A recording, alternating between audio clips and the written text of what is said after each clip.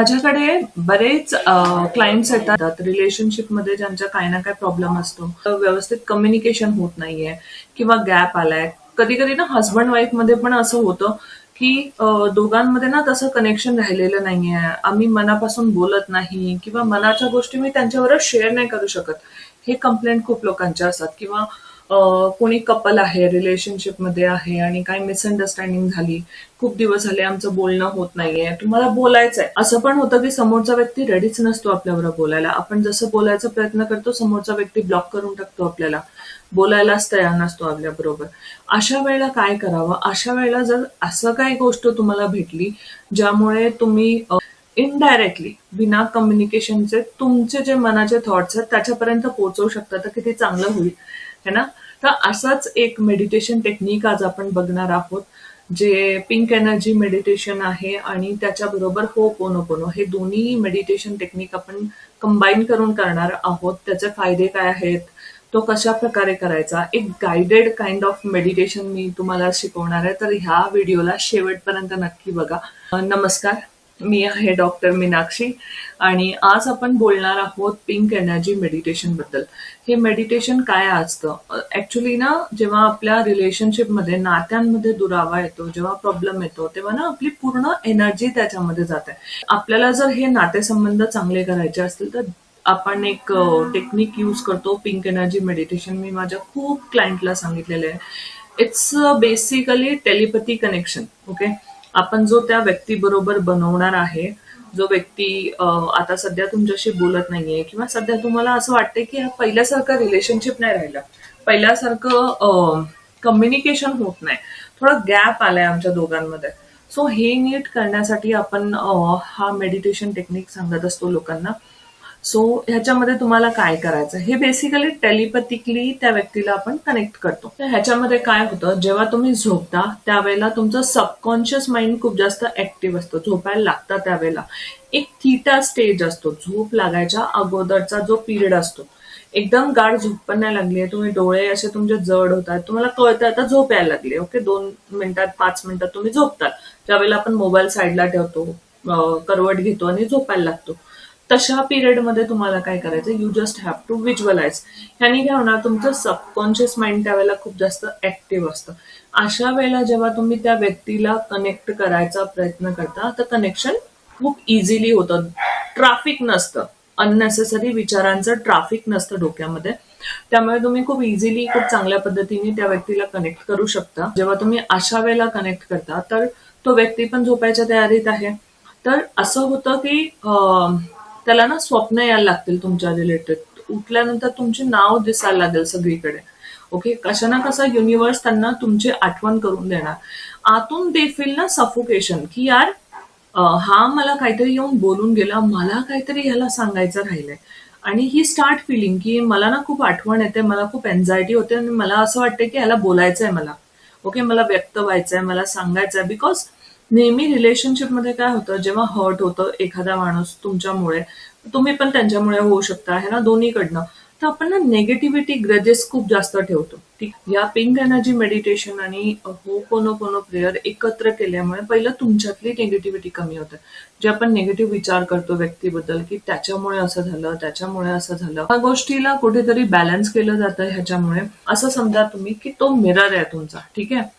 तर तुम्ही जसं मिररमध्ये विचार करताल, आता तुम्ही जर मनामध्ये तुमचे विचार चालू आहेत की ह्याच्या आयुष्यात कोणी दुसरं तर नसेल ना आलं, ह्याच्या डोक्यात काही वेगळं तर नाही ना चालू आहे, हा दुसरीकडे कुठे भटकत नाहीये ना, बेसिकली तुम्ही काय करताय, स्वतःला डाऊन करताय. तर समोरच्याला त्याचं रिफ्लेक्शन कसं जाणार आहे, की मला ह्याच्यापेक्षा बेटर भेटू शकतो, हा माझा व्हॅल्यू करत नाही. Understand, I deserve someone better.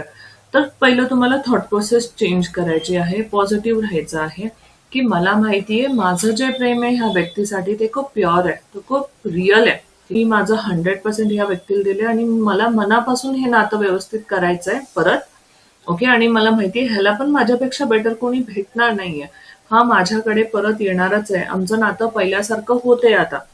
हे तुम्हाला सारखं सारखं स्वतःला म्हणायचंय. पहिलं तुमचं माइंडसेट अशा प्रकारे करा आणि मग मेडिटेशनला सुरुवात करा. म्हणजे झोप लागायच्या एकदम एक्झॅक्टली 5 मिनिटं आधीचा वेळ, ज्या वेळेला तुमचे डोळे असे जड होत आहेत आणि तुम्ही मोबाईल साईडला ठेवून तुम्हाला कळतंय आता झोप आली आहे, डोळे जड व्हायला लागले, तुम्ही टर्न मारून झोपता. हा पिरियडला आपण थीटा स्टेज म्हणतो.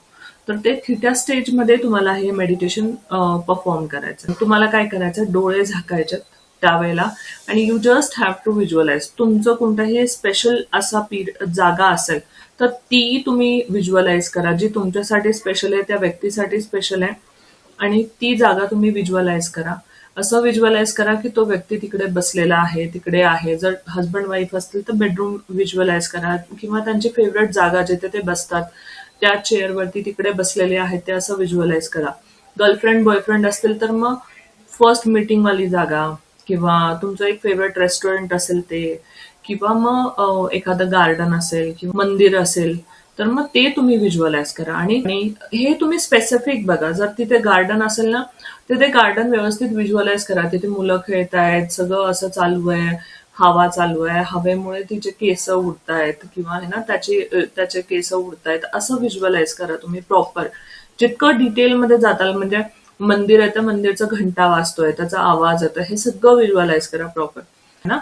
आणि अचानक तुम्हाला बघून तो थोडा शॉक झालाय, पण राग आहे त्याच्या चेहऱ्यावरती. हार्ट मधून तुमच्या पिंक कलरची लाईट निघते आणि त्या व्यक्तीला पूर्णपणे कव्हर करते ती लाईट. तो धूर असा विचार करा. ठीक आहे, तो पिंक धुराने हा व्यक्ती पूर्णपणे सगळीकडनं त्याला वेढा घातलेला आहे त्या धुराने. अँड देन तुम्हाला हे व्हिज्युअलाइज करायचं, आणि मग तुम्ही हळूहळू त्याच्या जवळ चालले आहात. तुम्ही त्याला जाऊन ना हक करता. हक केल्यानंतर तुम्ही फील करता की इन्स्टंटली झोपेतच तुम्हाला असं वाटेल ना की माझं हार्टबीट खूप जास्त फास्ट झालंय अचानक. ओके. आणि त्यावेळेला तुम्हाला असं वाटेल की हार्ट टू हार्ट कनेक्ट झालंय, म्हणजे ते टेलिपॅथी कनेक्शन जे तुम्हाला बनवायचं होतं तो बनलेला आहे. ठीक आहे. तर तुम्ही टाईटली हक करता त्या व्यक्तीला आणि म्हणता की पहिलं तुम्ही होपोनोपोनो प्रेयर करता, आणि हे गडबड करून बोलू नका, आरामात बोला. आय एम सॉरी, जे काय माझ्याकडनं चुकलंय, जे काय तुझ्याकडनं चुकलंय, मी एक्सेप्ट करतो आणि माफी मागतो, माफ करतो. बेसिकली ह्याचा अर्थ हाच आहे. ठीक आहे. तर I am sorry, please forgive me. Thank you बोलायचंय की थँक्यू तू माझ्या आयुष्यात आला, ह्या नेगेटिव्हिटीपेक्षा तू इम्पॉर्टंट आहेस माझ्यासाठी. ठीक आहे. आणि तू मला लाईफमध्ये हवा आहेस म्हणून तू आलास, त्यामुळे पण थँक्यू हे म्हणायचंय, आणि आय लव्ह यू म्हणायचं लास्टला. ठीक आहे. की मी अनकंडिशनल लव्ह करतो तुझ्यावरती, आणि मला माहितीये माझं प्रेम खूप प्युअर आहे, आणि हे मनामध्ये तुम्ही त्याला बोला. आणि मला माहितीये माझ्या एवढा प्रेम करणारा माणूस तुला कधीही आयुष्यात भेटणार नाही, आणि मला माहितीये तू मला कनेक्ट करशील, तू बोलशील, कारण तुझ्या पण मनात माझ्यासाठी तेवढंच प्रेम आहे जेवढं माझ्या मनात आहे. हे तुम्ही काय करताय, सबकॉन्शियसली त्याच्या माइंडमध्ये या गोष्टी टाकताय. ठीक आहे. तर हे खूप क्लिअरली बोला. त्या मिसअंडरस्टँडिंग बद्दल नका बोलू. थर्ड पर्सन असेल तर त्याच्याबद्दल नका बोलू. काहीही झालंय, हा राग झाला, तू मला असं बोलला, मी तुला असं बोललो, ते सगळं नका बोलू. You just have to send positive message. Okay. Beyond that जे आहे तुमच्या मनामध्ये ते सांगा. दोघांचं सोलमेट कनेक्शन आहे. तुला माझ्यापेक्षा सॅटिस्फॅक्शन किंवा हॅपीनेस दुसरं कोणीही देऊ शकत नाही, हे तुला पण माहिती आहे. आणि तू अंडरस्टँड करून तू परत माझ्याशी कनेक्ट करशील, तू येशील, आणि आपलं रिलेशनशिप खूप बेटर होणार आहे मला माहिती आहे. हे तुम्हाला खूप मनाने आणि एक कळकळीने म्हणतो ना असं म्हणायचंय. आणि इन्स्टंटली तुम्हाला तो हक सोडायचाय, स्वतःला लांब करायचंय, आणि परत चाललात तुम्ही, असं तुम्ही व्हिज्युअलाइज करा की परत मी माझ्या जागी चाललोय. मागून असं होऊ शकतं की ती व्यक्ती तुम्हाला बोलवते, ती व्यक्ती तुमचा हात धरायचा प्रयत्न करते. ओके. पण तुम्हाला मागे वळून बघायचं नाहीये, बोलायचं नाहीये, तुम्हाला निघून यायचं. नंतर तुम्ही मेडिटेशन एंड करू शकता. म्हणजे यू फील की मी माझ्या बेडरूम मध्ये आलोय, मी झोपायला लागलोय, आणि मग तुम्ही तुमचं झोपू शकता. सो इन बिटवीन पण कोणाकोणाला झोप येऊ शकते, काही हरकत नाहीये. तुमच्या डोक्यामध्ये हे प्रोसेस फिक्स आहे की मला हे करायचं, आणि हे 21 ते 40 दिवस कमीत कमी तुम्ही करा. तुम्हाला फरक दिसेल. लोकांचं कम्युनिकेशन झालेलं मी स्वतः बघितलं within 8 days. Okay. How much strongly you connect with that energy, that soul, that is important. तेवढ्या लवकर त्या व्यक्तीचा तुम्हाला कॉल येईल, मेसेज येईल. बऱ्याच वर्ष जुने म्हणजे मित्र जर बोलत नसेल तर ते बोलतात. एक केस आत्ताच माझ्याकडे आलाय. 11 वर्ष हजबंड वाईफ दोघं वेगळे राहत होते. तो वेगळीकडे, ही वेगळीकडे. ह्यांच्या दोघांमध्ये बोलणं चालू नव्हतं.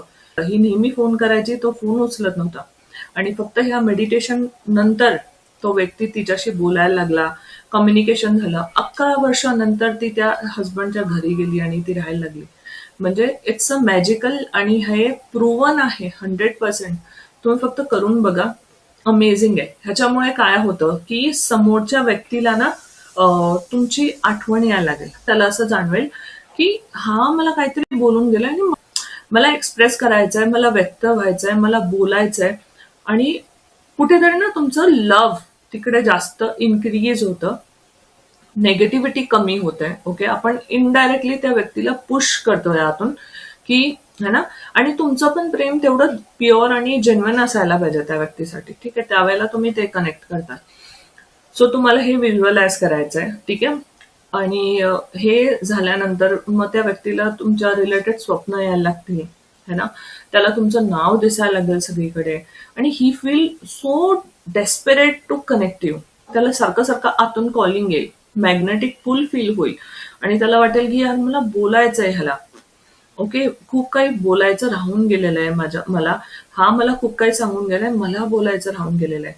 हे मिसअंडरस्टँडिंग किंवा ही नेगेटिव्हिटी इतकी महत्वाची नाहीये.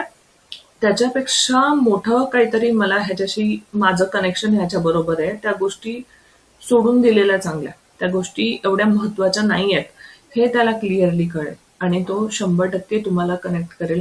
आणि trust me, it's 100% proven. Okay, जर तुम्ही मनापासून केलं ना हे मेडिटेशन अमेझिंग काम करतं. Pink energy meditation with ho'oponopono हे डायरेक्ट तुमच्या हार्ट चक्राशी कनेक्ट असतं आणि त्यामुळे तुम्ही हार्ट टू हार्ट त्या व्यक्तीला कनेक्ट करता, टेलिपॅथिकली कनेक्ट करता. ओके, सो हे तुम्ही करून बघा आणि मला मेसेज करून कळवा की तुम्हाला कसं वाटलं आणि काय अनुभव होता तुमचा. माझ्या चॅनलला लाईक करा, शेअर करा, सबस्क्राईब करा. भेटूया पुढच्या व्हिडिओमध्ये. माझ्याशी कनेक्ट राहा. नमस्कार.